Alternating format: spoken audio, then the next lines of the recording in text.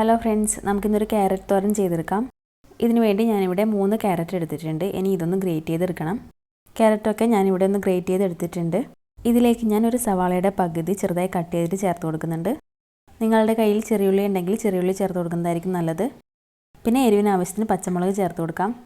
പിന്നെ ഇതിലേക്ക് ആവശ്യത്തിന് ഉപ്പ് ചേർത്ത് കൊടുക്കാം. പിന്നെ ഞാനിതിലേക്ക് തേങ്ങ ചേർത്ത് കൊടുക്കുന്നുണ്ട്. ഞാനിവിടെ 1/2 കപ്പ് തേങ്ങ ചേർത്ത് കൊടുത്തിട്ടുണ്ട്. നിങ്ങൾക്ക് തേങ്ങ ഇത്ര വേണ്ടാന്നുണ്ടെങ്കിൽ കുറച്ച് ചേർത്ത് കൊടുത്താൽ മതിയാവും.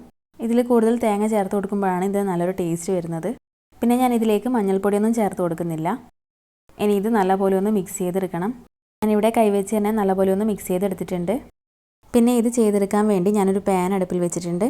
ഇതിലേക്ക് 2 ടേബിൾ സ്പൂൺ വെളിച്ചെണ്ണ ഒഴിച്ച് കൊടുത്തിട്ടുണ്ട്. എണ്ണയൊന്ന് ചൂടായി വരുമ്പോൾ കടുക് ചേർത്തിട്ടൊന്ന് പൊട്ടിച്ചെടുക്കണം. കടുകൊക്കെ ഒന്ന് പൊട്ടി വന്നാൽ ഇതിലേക്ക് 2 വറ്റൽമുളകും കുറച്ച് കറിവേപ്പിലയും ചേർത്ത് കൊടുക്കുന്നുണ്ട്. എന്നിട്ടൊന്ന് മിക്സ് ചെയ്ത് കൊടുക്കാം. ഇതൊന്ന് മിക്സ് ചെയ്ത് കൊടുത്ത ശേഷം നമുക്കിതിലേക്ക് ക്യാരറ്റ് ചേർത്ത് കൊടുക്കാം. എന്നിട്ട് ഇത് നല്ലപോലെ ഒന്ന് മിക്സ് ചെയ്തെടുക്കണം. സ്റ്റൗ മീഡിയം ഫ്ലെയിമിൽ വെച്ചിട്ട് വേണം നല്ലപോലെ ഒന്ന് മിക്സ് ചെയ്ത് കൊടുക്കാൻ.